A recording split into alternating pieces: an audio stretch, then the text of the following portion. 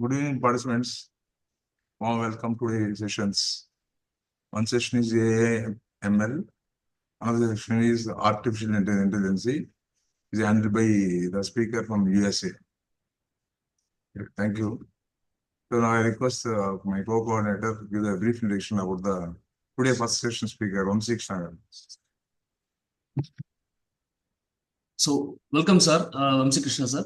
So already actually we had a very good session regarding surface finishing of a 3D printed component. So this is the second session is going to be handled by Dr. Vamsi Krishna regarding machine learning, I think. Yeah. So over to you, sir. Yeah, thank you, sir. Thank you very much.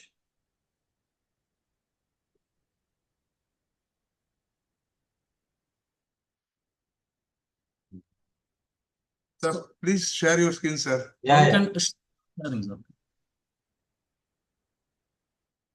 Just a second, sir.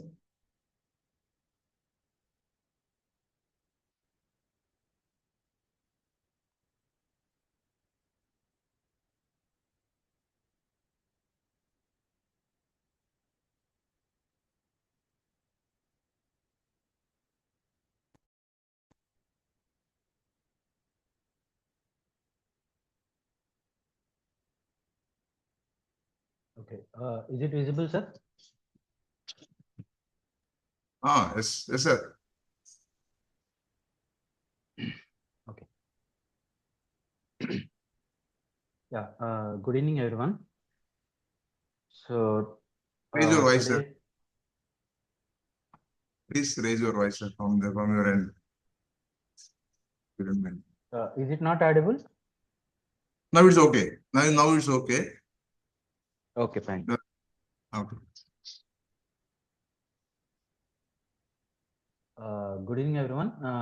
So today I'm going to discuss about artificial intelligence and machine learning applications in the machining process. So before going to the machining process and this one, we just see the introduction to artificial intelligence. So I'm not going into more details, just what is required for this particular topic. That only I'm going to give introduction. All of you know, but still, maybe in the technical point of view. So we have artificial intelligence in our daily life. So it's nothing but this artificial intelligence is a broader field that contains a range of technologies like machine learning, okay, and also deep learning. So this artificial intelligence is a set. Then the machine learning and deep learning are subset of this the main set. So then we have deep learning, which is subset of machine learning, and the machine learning is a subset of again artificial intelligence. So this one actually machine learning refers to the process of training a computer program to learn from the data. So then maybe we can predict or take decisions or actions based on the new data.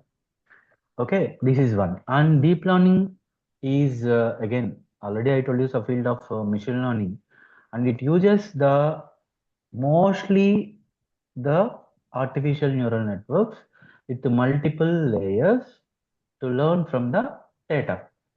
So that means maybe in the machine learning we can use neural network or any other technique, but in the deep learning we use only a neural network. So I think all of you come across this one in our daily life. For example, you are browsing your mobile phone, maybe a few hours or maybe few days.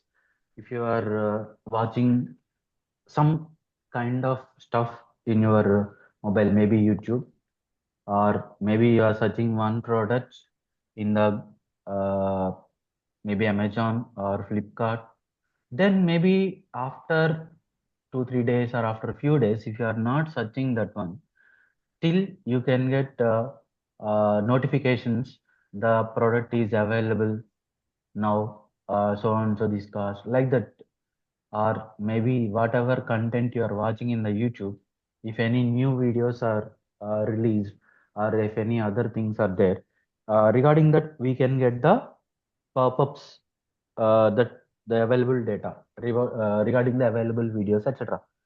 So what is this one?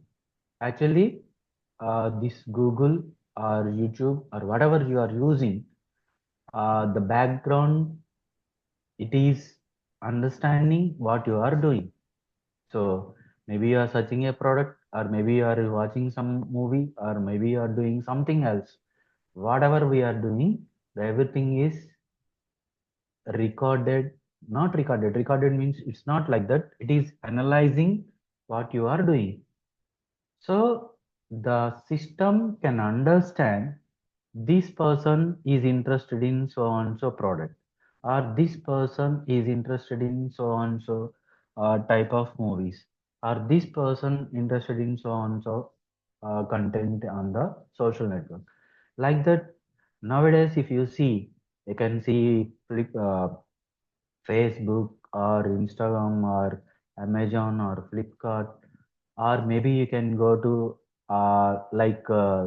these websites like Netflix or any other social media websites. If you go to the Netflix, it will show the movies are available based on your previous views or based on previous history. Like that, it will give some list.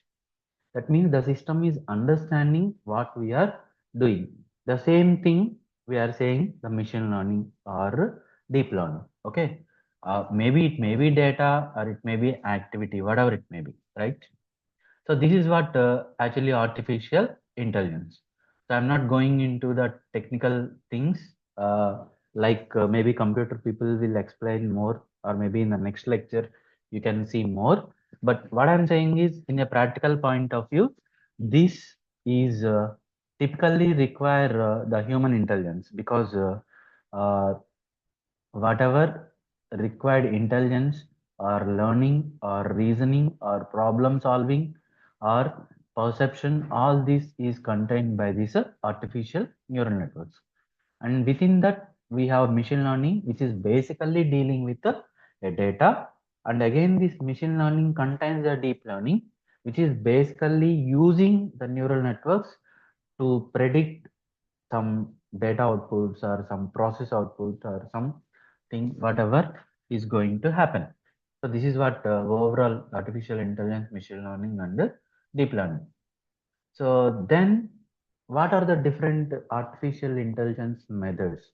So that is what neural networks is one of the main thing.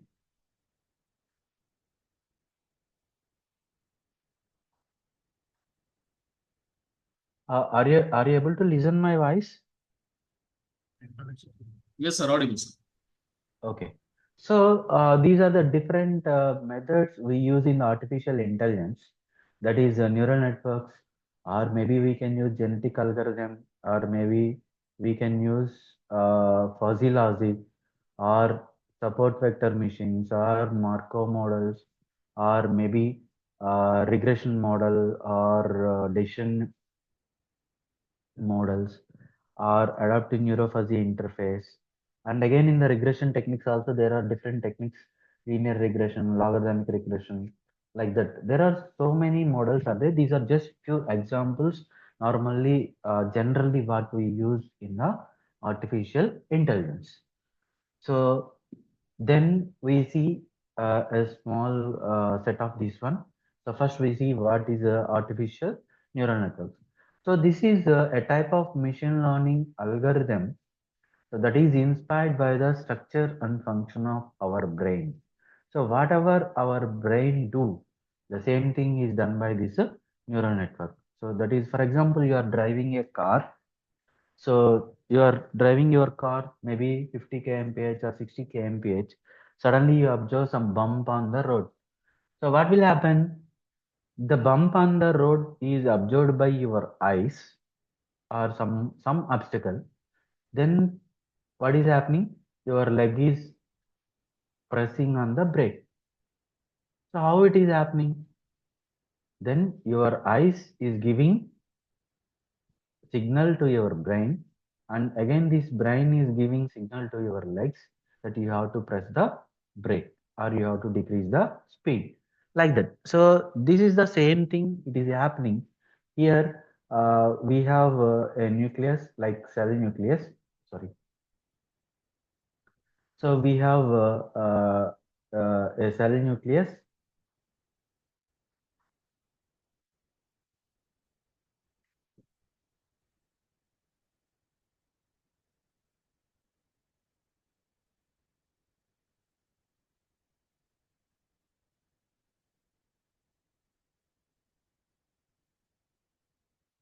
Okay, so we have a cell nucleus, and we have this axon, which is connected between one cell to the other cell, and each cell is having dendrites, and also we have a synapse, like that. So this is actually a biological diagram, or diagram of the biological neuron. So this ANN also composed of interconnected processing nodes are neurons that work together to perform a specific task, such as data prediction or image or speech recognition. So maybe if you are giving some numerical data, then also it will take, or suppose you are giving some image, then also it will learn and it will predict. And also if you are giving some voice, then also it will take. So that is what nowadays we have. Maybe in your mobile phones you have voice recognition, right? So maybe Google Pixel or iPhone, so you can ask something, then you can get the answer. Or maybe in houses we are using uh, I don't know how many of you know, we have the device called as Alexa, right? Anyone of you know? Yes, sir. So Yes, sir. this will operate for you. That is, it is a small device which is connected to internet. If you ask, hey Alexa, what is the time now? It will tell you time. What is the weather report today? It will give the weather report. Or if you ask anything, you can play the so and so song. So whatever available on the internet, that everything you can get from this one without typing in the Google or without thing. Even even if you have a network, it will do everything. Like if you ask to switch on the oven, if you ask to switch on the washing machine, etc., then also it will do. But the thing is, your washing machine or oven should be connected to this one through a network. So whatever you want, switch on the fan, switch on the TV, so whatever you want, everything which are connected to this device, or you can able to get it. It's a small device. It's hardly maybe like your paperweight. Okay, so this is the one we can use. So what it is doing when you ask this one, it is recognizing your voice, and then it is searching the network. Then again it is finding the related content, and again it is converting that content into a speech. So again it will tell whatever you want, it will tell time or weather report or any data you want which is available on the internet, it will tell you. So this is nothing but a speech recognition, right? So then also maybe we are using nowadays the image also for this one. Like we are using these neural networks for image processing technique, right? That means that is what I will tell you a small example. Suppose if you give some data of maybe 1,000 images, for example, this is called as a data set. These 1,000 images are related to a cancer. Maybe you take a skin cancer, for example. Okay. So skin cancer. So if you take image from the patients, 1,000 different patients having skin cancer, then if all the 1,000 images, the radiologist is uh, giving some label, that means image 1, maybe the cancer is stage 1, or image 2, no cancer. That is, maybe with a doubt we are taking the image, but it is not actually a cancer. Like this, then this is 1, maybe stage 2. Like this, if all the images are labeled and these images are giving input to this neural network, then maybe you can give some other image which is not in these 1,000 images. Then it will identify whether any of the image from this one is matching with that one. If it is matching, then it will tell the this one whether it is stage 1, stage 2, or no cancer or whatever. The same thing maybe if you are watching nowadays, maybe in right. So I think all of you are using Google. For example, you can see Google Lens. Okay. Any one of you are using Google Lens in your mobile? Yes, Yes, sir. sir. Yes, sir. So if you take photo of any image and you crop that image and you can keep in Google Lens, then if the image is there in the for example, that is one product like your shirt, so it will search and it will tell you the shirt is available in this or whatever data available to this one. Or if you are giving some product like that, it will give you all the details.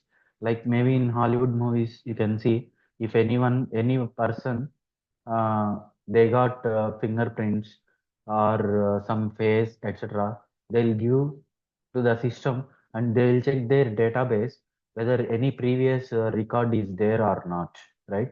Maybe you might have seen many serials or movies, etc. So this is what face recognition, right? Face recognition. Why? Because this you can see in the airports also, at the immigration.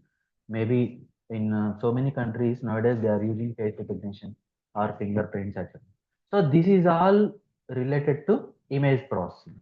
And then the data prediction. That means if you have only a data, right? Like that, for example, we are talking about machining. So I have one data set 1 at a particular speed, feed, and depth of cut. The surface roughness is something, and at some other condition, the surface roughness is something. Like that, if I give some 500 points, okay, different points or maybe some uh, data values, then later if I give some other value of some x value of speed, feed, depth of cut, then I can able to predict what is the surface roughness at this particular condition in that particular machining process. So this is what data prediction in the artificial neural network. So this is actually the structure.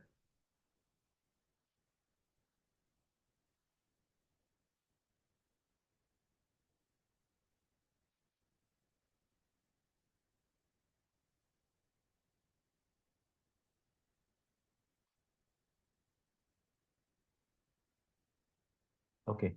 So these are the different examples or cases what we are seeing in our daily life.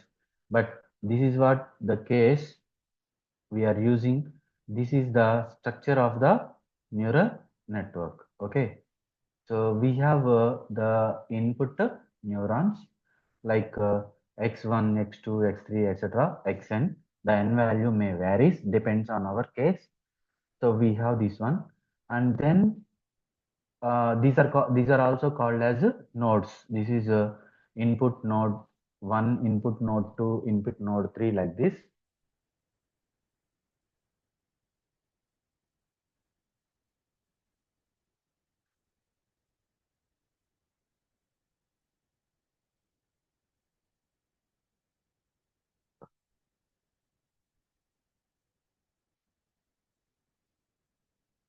And this is the output node.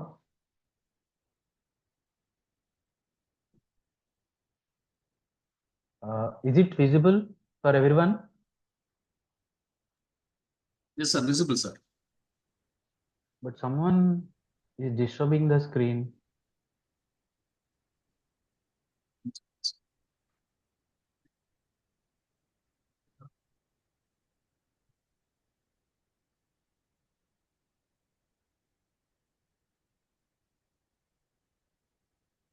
Just a second.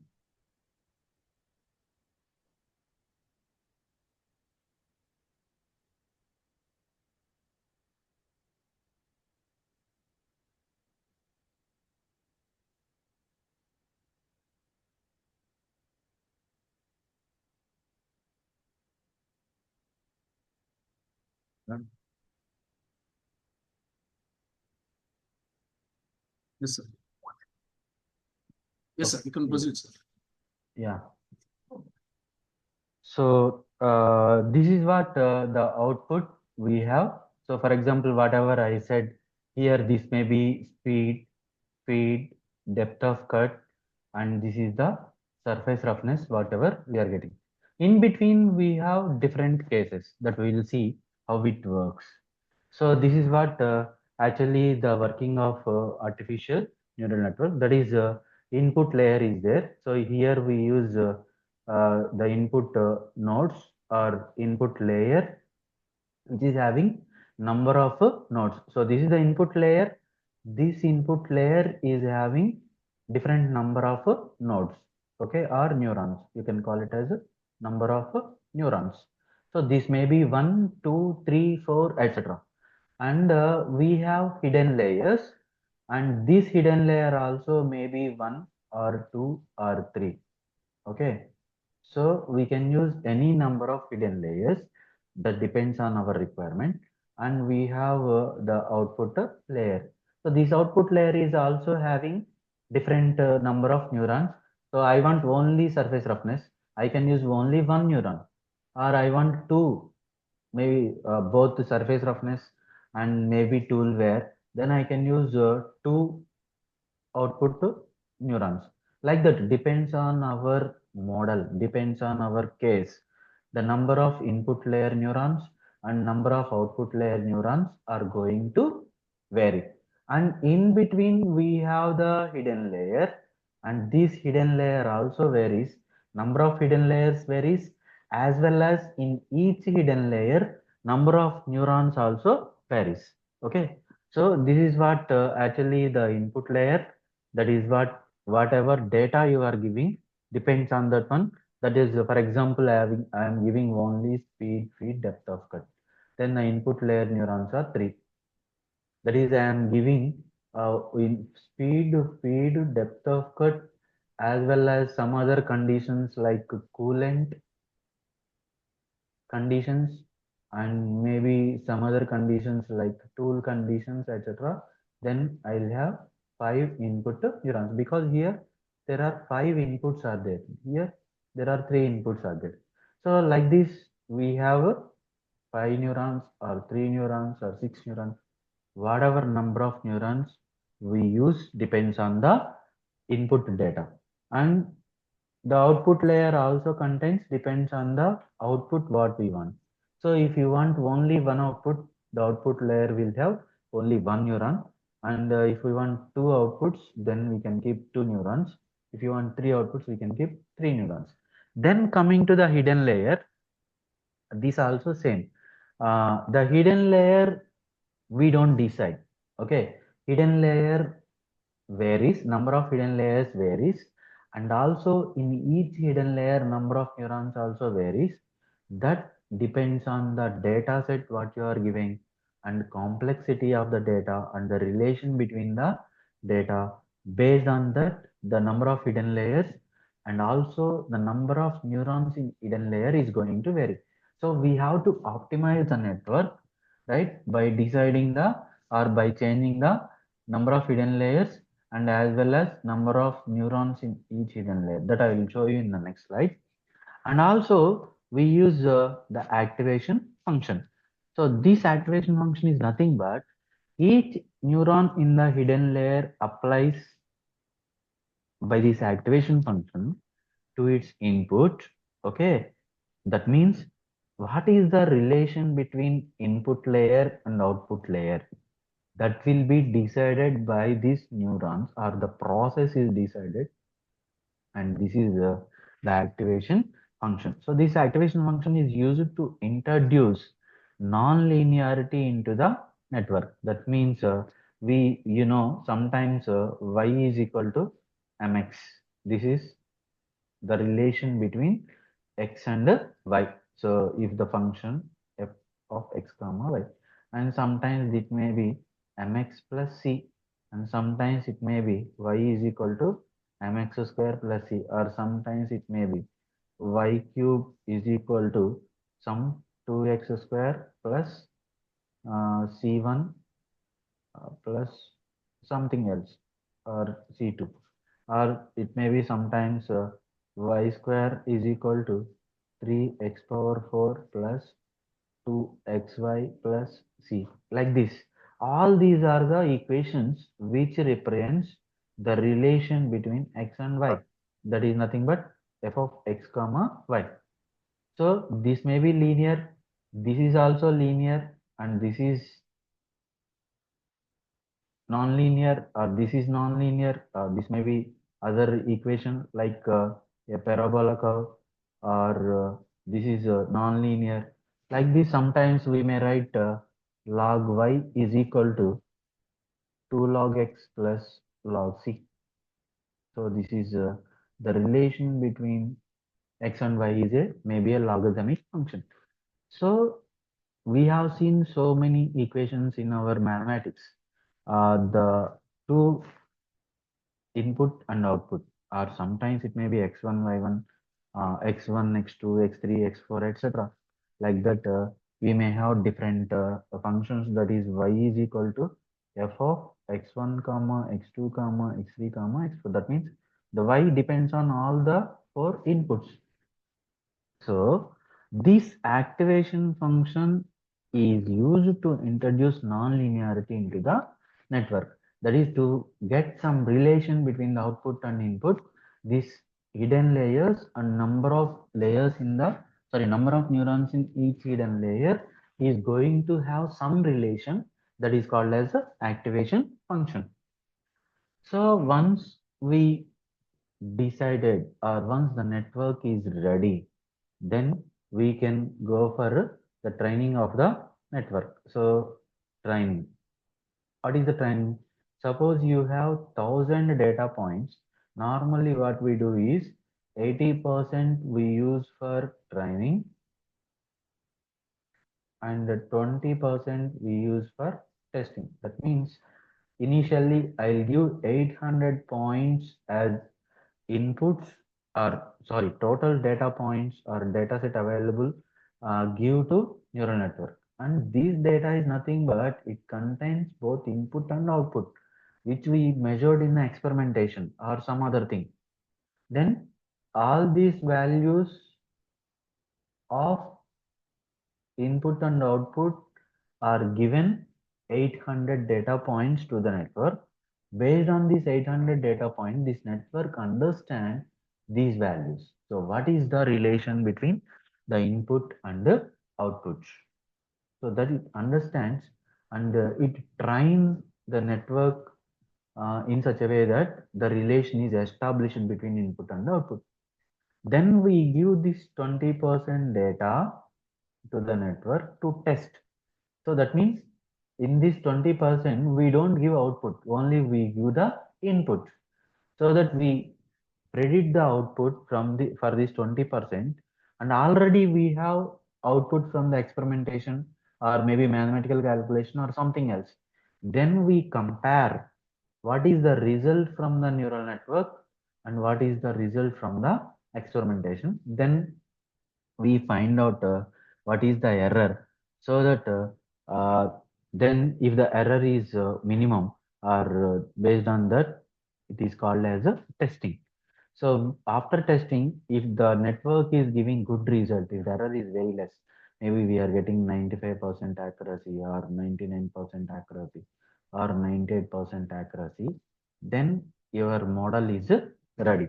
So then we can use this model for this type of data, right? So this is what working of this neural network in any of the application. Okay, right. So then what is the flexibility? What is the benefits of this neural network? So first thing is we have a flexibility. That means we can use this data, we can use this network for data or speech or image or any other autonomous systems, etc. And then it is adaptability. So it can learn from experience and adapt to new situations. So the same data point need not be there in that one, or maybe same image need not be there, but still it compares from different images and it gives some output or some expectation or some recognition from this one. So it is well suited for the task required continuous learning and adaptation.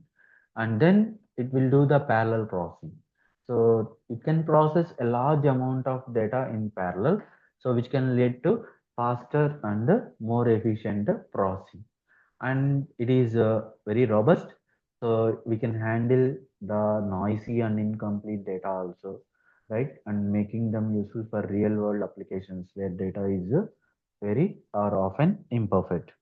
Then non-linearity. So already we discussed this one. If the relation between input and output is not linear, it is non-linear or any other relation, then also we can able to predict or learn. So it learns complex patterns and relationships in the data. And then the fault tolerance. So NN can continue to operate even some of the neurons or connections in the network are fail or damaged. So network is some of the neurons are not working, or some of the neurons or some of the functions are not required for a particular data, even though it will work. So whatever required, that only it will take. So these are all the benefits of the artificial neural networks. So then similar to this, we have another technique, fuzzy logic. Okay. So it's also a method of reasoning that resembles human reasoning. Okay. That is, for example, maybe I'll give you small example. So I think all of you know. Yesterday, one movie released, something named as Pushpa, right? So now there are different reasons whether we can go to that movie or not. Any one of you tell you what things you consider to go to movie or not to go?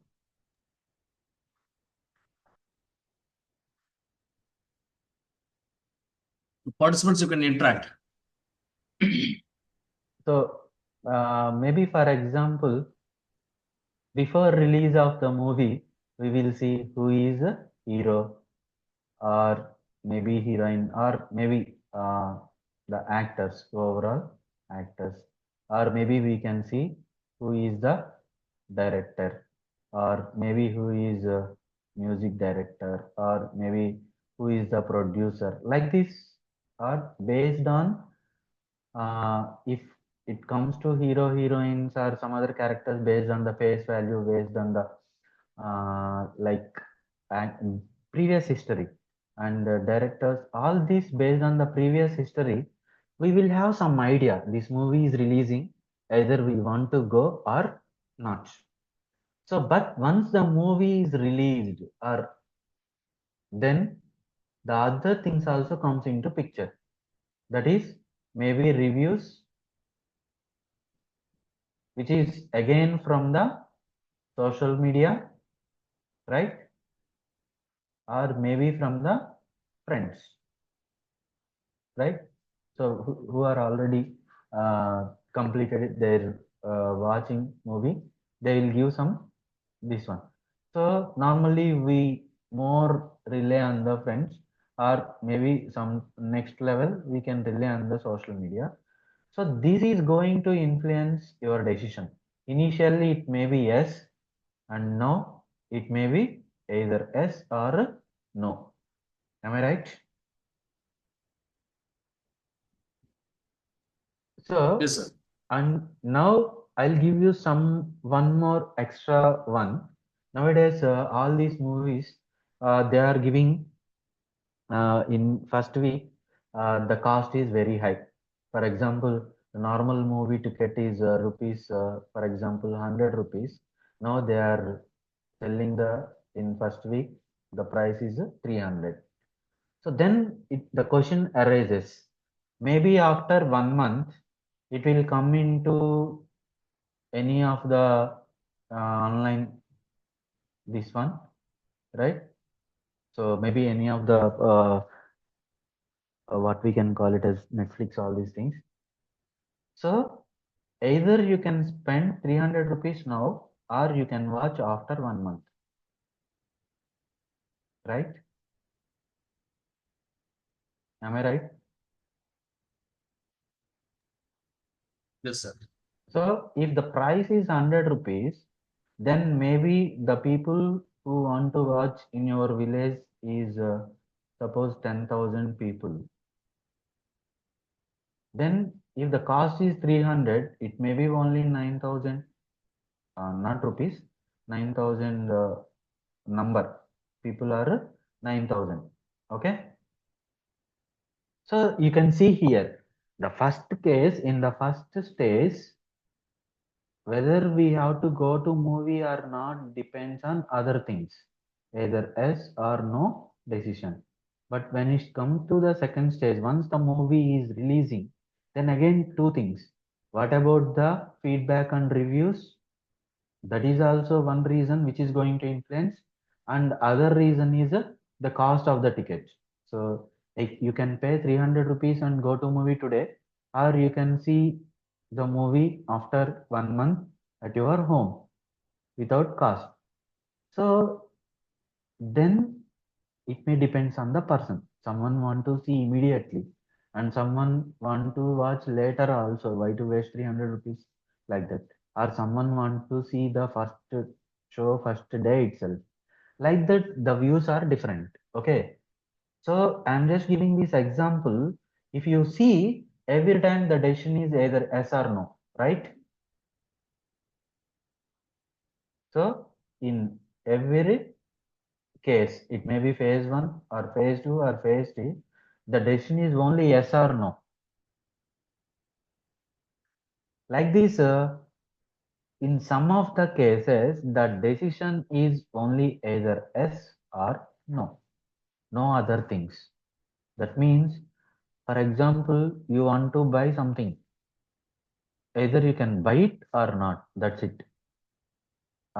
Today you want to go to movie, yes or no, that's it. But here we are not going to uh, give other things. So for example, I will give you one reason. Is it cold today? Then yes or no. Then you may have other. So here only one either yes or no. That means we use only Boolean logic, one and zero. But there may be other cases, right? Okay. Is it cold?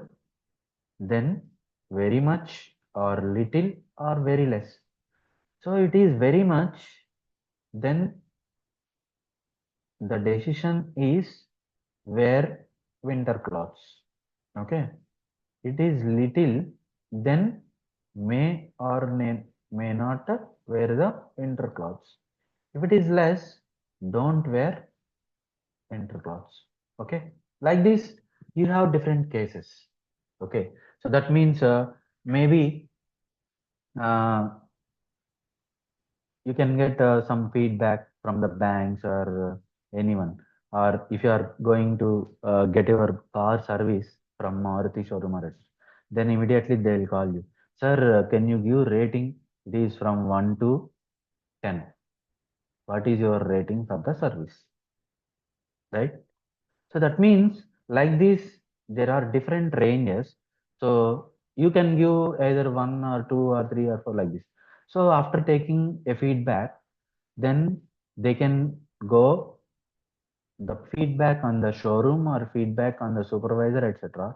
If it is between 1 to 5, then replace the supervisor. Or if it is, or maybe it may be 4, for example, or then 4 to 7, then give warning to the supervisor for improvement. Or if it is 7 to 10, then it is a good, maybe give some incentives like that. So this is the case where we use this type of fuzzy logic. So you can see this type of examples so many in our life, but maybe we cannot see in this perspective. So what they are doing is the data is analyzing in the same way by the computer, and then it will take a decision between yes and no or some other decision, right? So here you can see this is the fuzzy logic architecture normally. So we have initially a fuzzifier, that is the fuzzifier is responsible for converting the crisp inputs into fuzzy sets. That means whatever data we are giving directly the system cannot understand. So it converts into different sets with the degrees of membership. So that is, for example, already I told you, if the input is the temperature, then the fuzzifier would map the temperature value to a fuzzy set like cold or warm or hot with the corresponding degrees of membership. That is what we discussed in the previous slide. Then we have a inference engine. This is the fuzzifier and this is the inference engine. So what is this inference engine is, it uses fuzzy rules to make decisions. What is the fuzzy rule? That is what I told you in the previous case. Here is the rating is 1 to 4, then replace the supervisor. If the rating is 4 to 7, then give the warning.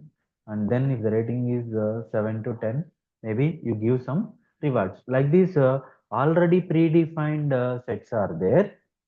Like already I told you, this is the inference engine. If the temperature is cold and the humidity is high, then turn on the heater. Or if the inference engine evaluates the rules based on the inputs and determines the degrees of membership of the output fuzzy sets. So either you want to switch on the AC, or you want to switch on the heater, or you don't want to do anything, right? Like that. So this inference engine predicts what should be the action for the fuzzifier identified something, then what should be the action. Then the third step is defuzzifier. So the defuzzifier converts the fuzzy output sets into a crisp values. Okay, and because already we converted crisp value into fuzzy sets, then again it will defuzzifier converts into crisp value, and then the choice of defuzzifier method on the specific application. So it gives again the understandable output. Whatever we understand, it gives the same output. So this is the input what we are giving, and output also in the human language. But inside this language is converted into fuzzy sets, and this intelligence, it's nothing but inference engine, is taking some decision, and then it is going to defuzzifier. So here these are the rules which we can use to convert or to useful for this inference engine. Okay, do you understand this? So this is what nothing but like this. These are the rules. These are the rules, and this is the input data, and these are the rules, and this is the output data again, right? So this is the output, this is the input. So this is like crisp data, and these are the rules, and this decision will be taken by the inference engine, and the output is either you can give reward or you can give warning or replace the supervisor like that. Okay, so this is what the working of fuzzy logic. Okay, so I'm not going to discuss all the things. I'm now we discussed about two things. That is, one is ANN, artificial neural network, and the second one is fuzzy logic. So these two things we discussed based on the architecture, etc. Now we will see how these things are useful in the machining operation. So till now, what we are discussed is only the artificial neural network, machine learning, deep learning, etc., and how we can use this. So then these AML techniques we can use in different applications, that is predictive maintenance and quality control and process optimization and enhanced precision and improved efficiency.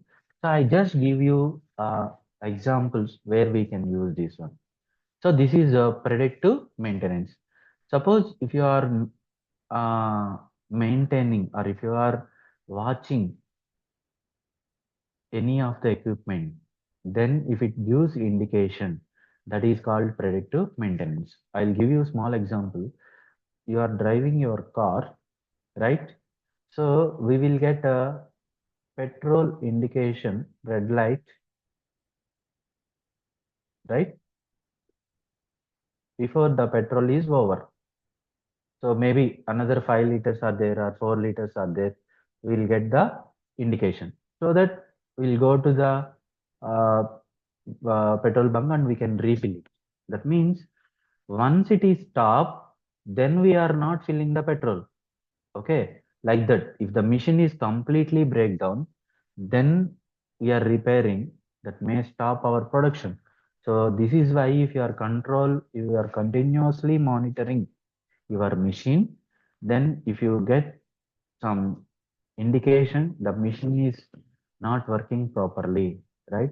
Then we can go for the predictive maintenance. So what we can observe here, maybe we can observe the vibrations from the machine, or maybe noise from the machine, or maybe heat from the machine, like that.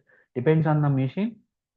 Any of the output we continuously monitor, and then we can go for the predictive maintenance. And similarly, uh, improved efficiency. So we can improve the efficiency. Like maybe we are doing a turning process, right? So we have a lathe here, okay? And here the input parameters are speed, feed, depth of cut for a fixed workpiece and cutting tool combination, right? The workpiece is fixed and cutting tool is fixed. So you can able to change the speed, feed, depth of cut, and the output may be a surface roughness. So you are giving some input values, and whatever the output you are getting, maybe suppose 10 micrometers, but you are not satisfied with this value, then immediately you can change these values until suppose my intention is getting surface roughness value of maybe 5 micrometers or less than that. Then till I get this value, I can change the velocity, feed and depth of cut. And wherever I get this one, then I can use the same conditions for the next piece, next work piece, next work. That is what improving the efficiency. But how I can get the surface roughness estimation? There, here I can use maybe ANN, so that I can predict for a particular speed, feed, depth of cut, what is the surface roughness. Then I can predict in the machine learning model, and then I can, based on the prediction, wherever I am getting the output, best output, then these conditions I use in my machining process, and I can improve the efficiency. Next one is quality control. This is what saying when the process is going on, right? So we can use the machine learning technique. So nowadays I'll give you a small example. if you take Amazon or Flipkart, etc., they have a warehouse. Okay, they have warehouse maybe in the cities like Hyderabad, Bangalore, or Chennai, etc., or maybe some other places also in your big cities. Then, when you are ordering a product, sometimes they will deliver in 24 hours, in the next day itself, or sometimes they can deliver in 2 days or 3 days. So, how they are delivering, right? The quality means delivering also quality, delivering the correct product and within a particular time is also a quality, right? So then what they can do is in the warehouse, all the products are coming and then they are dispatching the orders. So here there may be some lakhs of products. That means lakhs of types of products, right? So how to identify the person who is delivering the product is different. The person who is packing for us is different. In between, there are so many persons who are taking the product and storing in the warehouse, and someone is getting from store, I mean, in a rack to the packing area. Like that, there are 4 5 steps. So, how they are identifying a particular product will be there, right? Like, for example, your mother knows in your kitchen where is red chili powder, where is turmeric, where is sugar, like that, right? Because she knows in a they arrange in a proper manner so that they will identify where it is and they will give whenever you want. So, but it is a small room and number of items are less. But here in the warehouse, it is very difficult to identify the product like in our house. So they use labels and they use size wise, weight wise, and also the uh, demand wise, like that. There are number of techniques they use. So they improve the quality in terms of time. Okay, main here the time. uh, how much is the packing time and how much is the delivery time and how much is the transportation time, because if they minimize the time, then only they can able to achieve their target. For example, they are getting 1 lakh orders per day. If they are not able to dispatch 1 lakh orders, then they are able to dispatch only 50,000 orders, then what will happen? Within 2 3 days, the orders are accumulated. Then they cannot deliver the product in a estimated time. Then obviously they lose their customers. That is what quality in the delivery. Or maybe you take some manufacturing unit and they are making some rods. So here the diameter of this rod is maybe 20 diameter and the tolerance on this one is 0.01 mm. That means the upper limit of this diameter is 20.01 mm and lower limit is 19.99 mm. So if any of the component you should deliver within these limits, otherwise it will be rejected or the customer cannot be accepted. So if you are manufacturing 100 components, are you able to reach the same tolerance for all the products, or whether you are maintaining the required surface roughness or not? So if you monitor the process and if you are improving the process, then only you can able to do the quality control. And similarly enhancing the precision. All of you know what is the precision.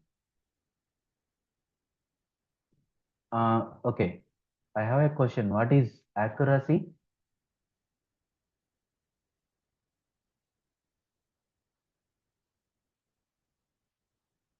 Anyone can say what is accuracy?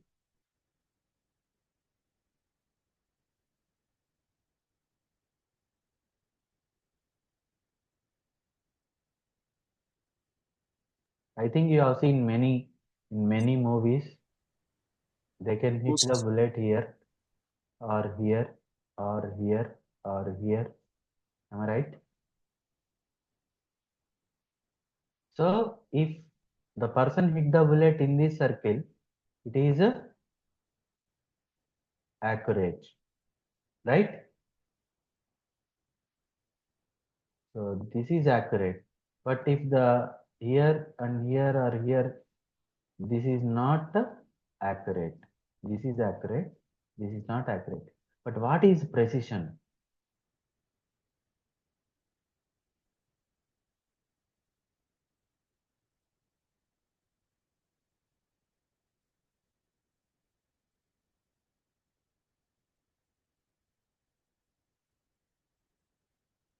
So this is called as precision. This is called as precision. This is called as precision. All the three are precision. That means this one is both accurate and precise. But this is not accurate but precise. This is also not accurate but it is precise. Okay. That means this person hitting all the bullets at a same place. So his precision is good because how many times he is hitting? He is hitting in the same place. So, but accuracy is not good because it is away from the target. Here, this is both accurate and precise. Are you understanding the difference between precision and accuracy? Yes, sir. Clear, sir. So, like this, if you want to get precision, okay, then we have to use a maybe machine learning techniques so that we can able to achieve the precision. Okay, then optimization of the process. This is what, for example, you have so much of data, input data and output data. Then whatever I told you, improved efficiency, the same thing we can do. Maybe we can give input data and we can estimate the output data, and then from that one we can identify whatever output I want. You can go back and see at what inputs I'll get the same output. Then that is called as a optimization, right? So whatever I want, if I am getting, that is the optimization. For example, this is the starting point and this is the ending point. So from here, there are so many paths to go, right? If I want to travel from here, Warangal to Chennai, there are so many ways, for example. Okay. So can you say there are 5 paths? Which is the optimized path? Normally, this one is the optimized path, right? Why? Because the distance is the shortest. So I may spend less amount of money and less amount of time. This is the shortest. So of course, this is visible for us. That's why we are taking this is the optimized. But sometimes it is not visible. Then how can you optimize your process, right? So that is, for example, you have uh, 10 hours time and you have to complete maybe some 20 activities. So in which sequence if you are doing, you can able to complete it quickly, because sometimes there may be dependency will be there may be waiting time is there. Like that we can optimize everything in your life, right? So these are the small data, so our brain can do that. That is what optimization. But when the data is large, if the process is very difficult, then we cannot do with our human brain. Then we use this artificial intelligence and the machine learning. Okay, am I right? So actually, I'll ask one more question. How can you say whether it is efficient or inefficient? I'll give you a small example. I have gone through small some article just few days back. So suppose two people are traveling on a road. Okay, so this is a highway, right? So they are traveling by a car, on this highway. Okay. So two persons are traveling on the car. So actually the highway is all of you know nowadays highway means they are having toll gates and we are paying per kilometer something etc. So but actually this highway when these two are traveling there are a very I mean the road is not good. There are so many pits and traffic is not good like that. So then one person said, okay, you can see our government is corrupted. That's why they are taking money, but they are not maintaining the roads properly. So this is all because of the corruption. And they say normally we are building a house or we are going for a road, etc. This is all infrastructure. So we expect it should be for a long time. So you are building a house, we expect maybe 50, 60 years it should sustain. Or if you are building a road, then at least 10 years it should be good condition. This is what our expectation, right? So the first person said his opinion is corruption. Okay. So because of the corruption, the road is not good because the contractor or someone, whatever, they are uh, misused the money and they are not used proper material, etc. So but the second person thought in other way, the material used may be good, but while doing that road, okay, suppose you are building a house, maybe for slab, they made a slab. So one day they can make a slab, but you cannot build or you cannot go for next pillars and slab immediately, right? It should be some curing time should be there. Am I right? Or if the wall is built, then you have to pour the water and you have to give certain period so that then only the quality of the wall will be good. So the curing time will be there. And also on the wall you have to do for plastering and painting, etc. Everything you have to take care. Then only the final quality is good. Like that, while making this road also, there are number of steps. So each and every step they have to do properly and they have to give certain time for the curation, then only the quality of the good. So then the second person expected this may be because of the negligence or inefficiency of the people or of the contractor or this one. So then the quality of the road is not good. So which is correct? This one or this one or two?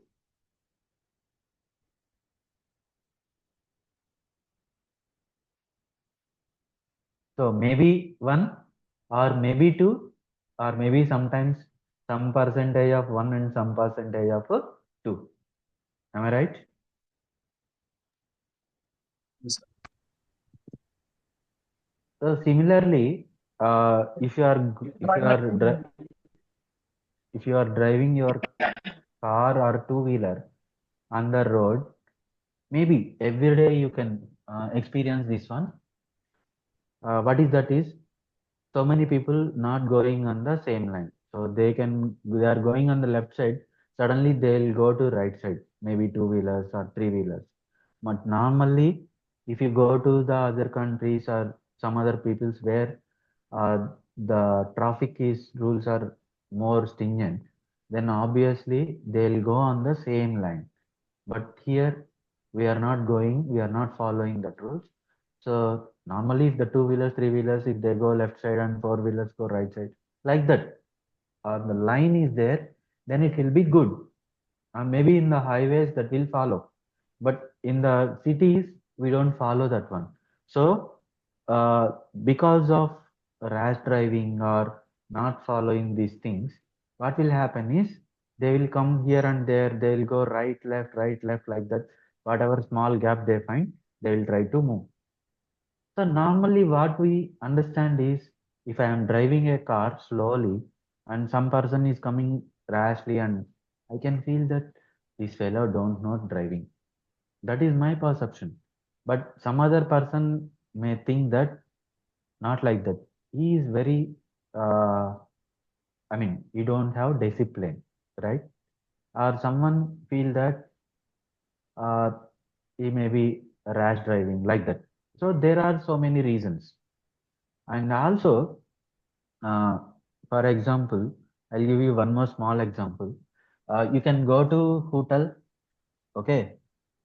So I'll give you a small example. You can go to restaurant and then you can order maybe water bottle, and then maybe you can order soup, and then you can order some starters,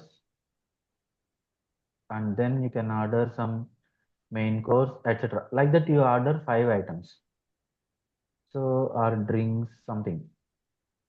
So, normally this should be served first, right? Because we drink water whenever you feel thirsty, and then they can serve like this.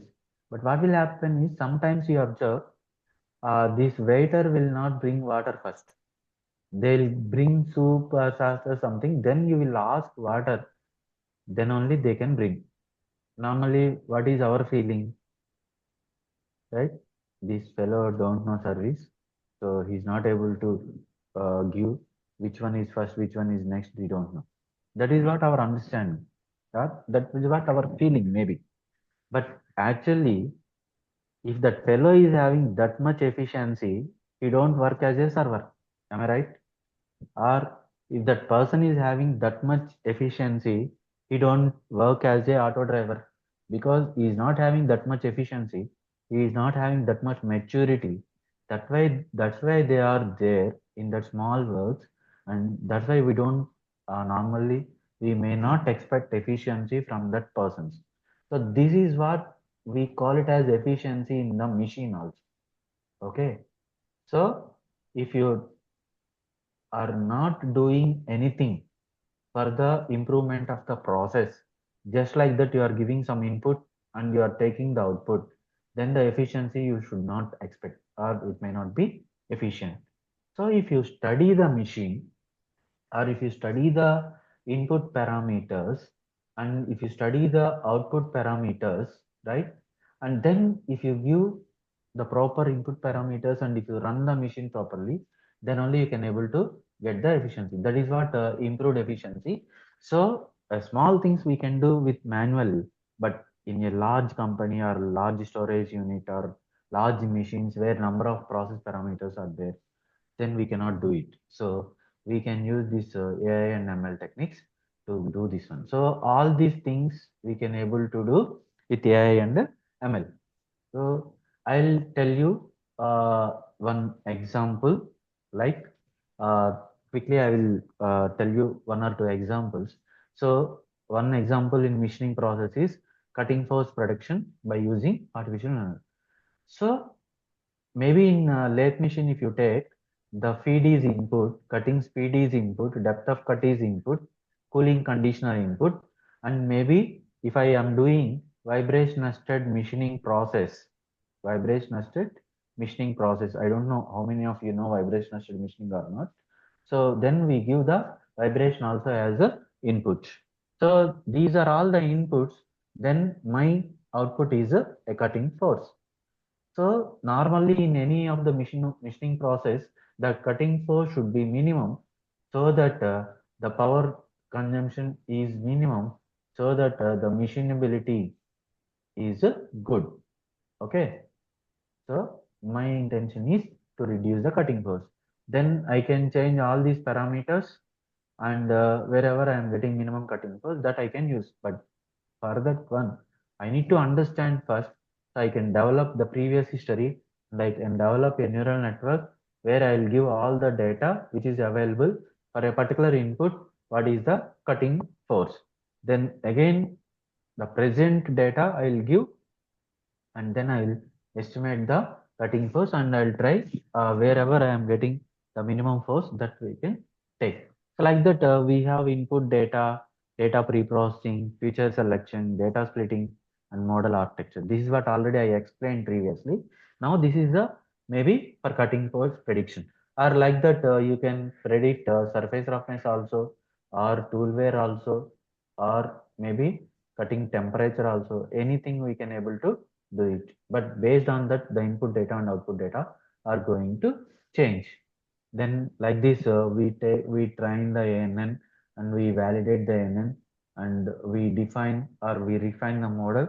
Then we do testing, and once it is proved we are getting 95% efficiency or 99% efficiency, then we can deploy a model. That means we can able to estimate initially before going to the actual machining. Then we adjust the parameters so that we get the required output. And similarly the tool condition monitoring. So maybe you take some CNC machine. So again here the tool condition monitoring, it's nothing but studying the flank wear, etc. So then here we give input as cutting speed, feed, depth of cut, etc. And then the output may be the feature extraction, because here we required the image, because the tool wear, then we have two types of tool wear, flank wear and crater wear, etc.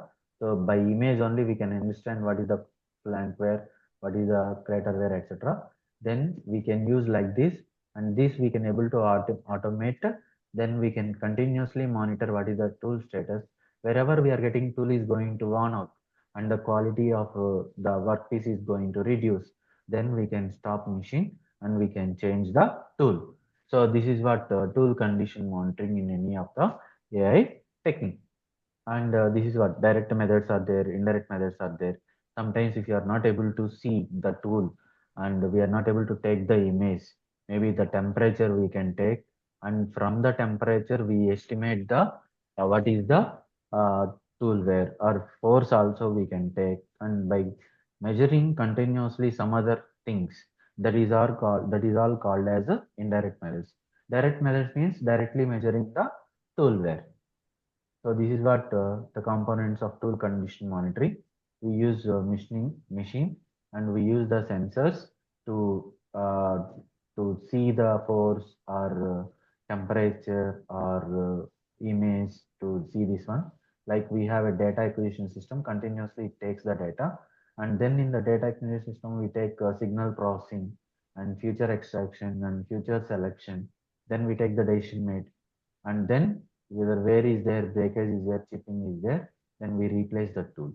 So here but this feature selection and feature extraction, everything we do based on the image processing. Okay, this is all maybe in the computer science or ECE we can able to understand. I'm not going into details of that one.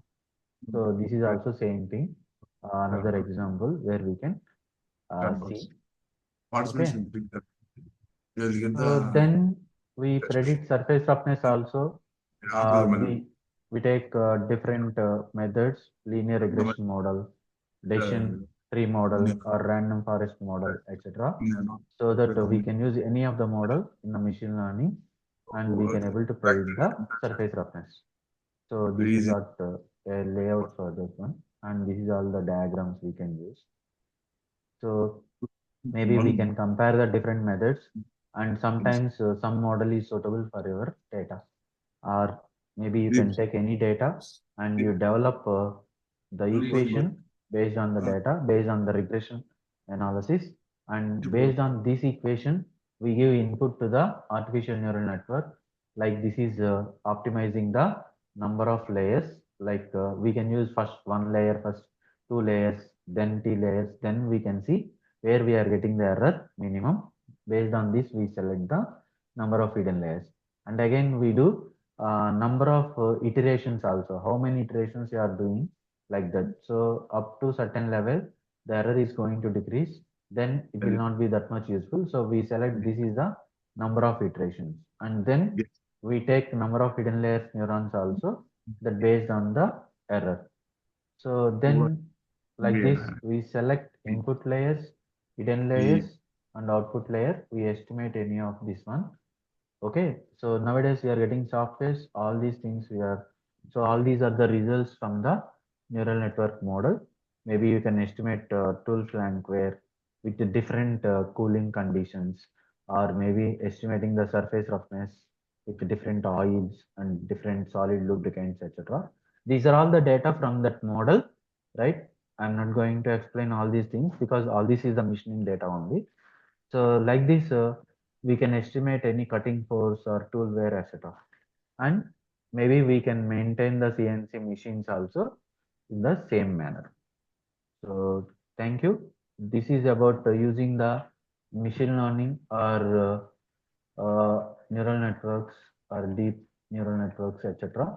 in any of the machining. Of course, for machining applications, deep networks or deep neural networks are not required. Maybe machine learning is sufficient or AI is sufficient. Okay. So as you know, AI is the main set and machine learning is the subset of the AI and deep learning is the. So for image processing, we require this one.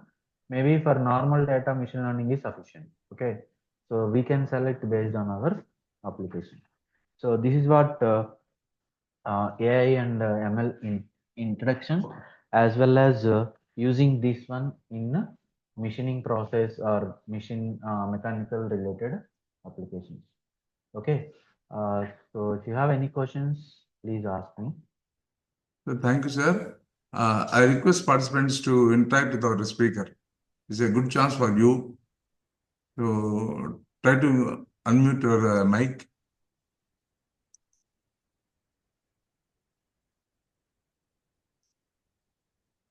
So you can unmute yourself, sir.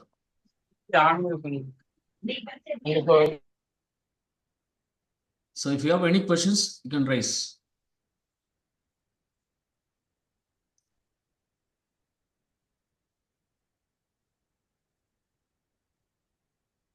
So one question from Dr. B. Ilamurthy, sir. Yes, sir. Yeah, he's asking about can you suggest a book to learn ANN and physiologic, a good book, so that ANN and fuzzy logic. Sir, actually, there are so many books, sir. Based on your understanding, maybe you just start with any of the book, like actually, I am not using any one book for this one because basically I am from mechanical engineering.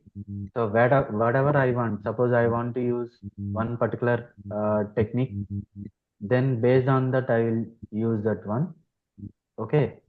So, but just give me a second.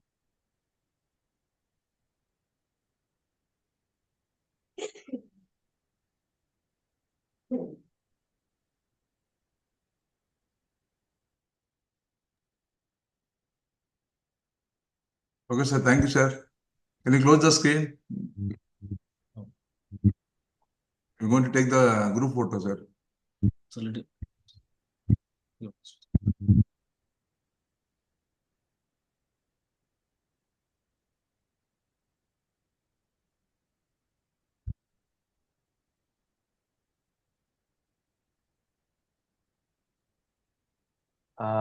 Yeah, okay, sir. Actually, I thought of showing the book, but I think it's not with me now. Okay, one Right? more question, sir. Maybe you can contact me in my email ID. I will tell you. I will send you the other names later. Okay. Another question from him. Based on your experience for finding fatigue life, which is better, fuzzy or ANN? Sir, actually, that depends on your data, sir. So for fatigue life, what data you have?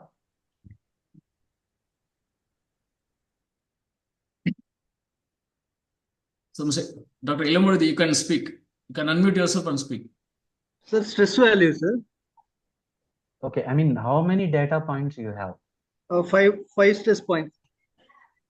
Sir, with 5 points, we cannot do ANN.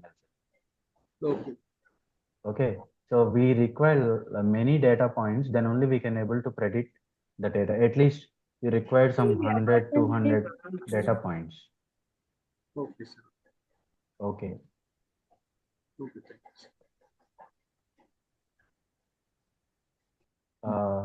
Okay, sir. Yeah. So please switch on video, sir. Participants. Okay. Please switch on video. Speaker, sir. Please yourself also.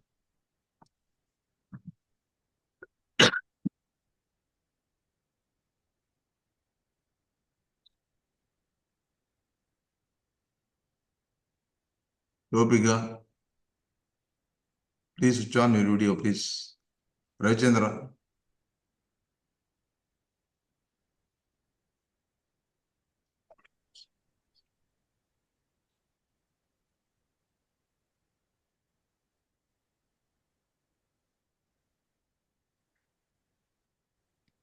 Please switch on your video, please.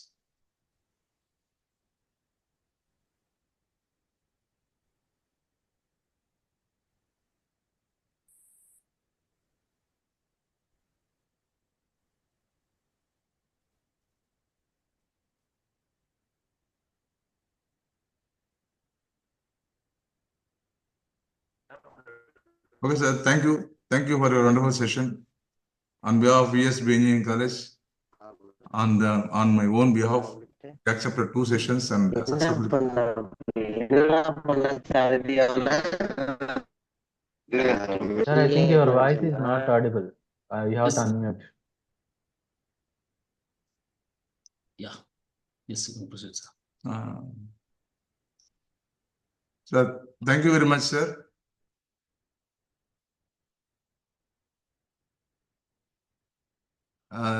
On behalf of VSB Engineering College Management and on my own behalf, I thank you all. I thank you all participants. Mostly, I extend my thanks to speaker.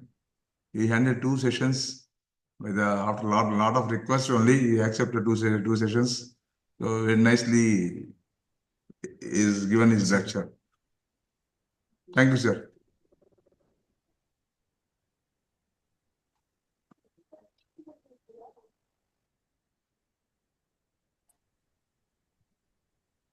Now I close.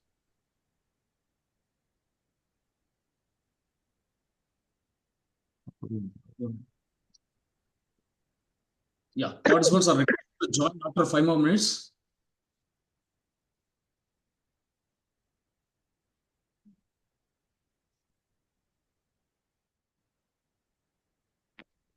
You can take a break for a while.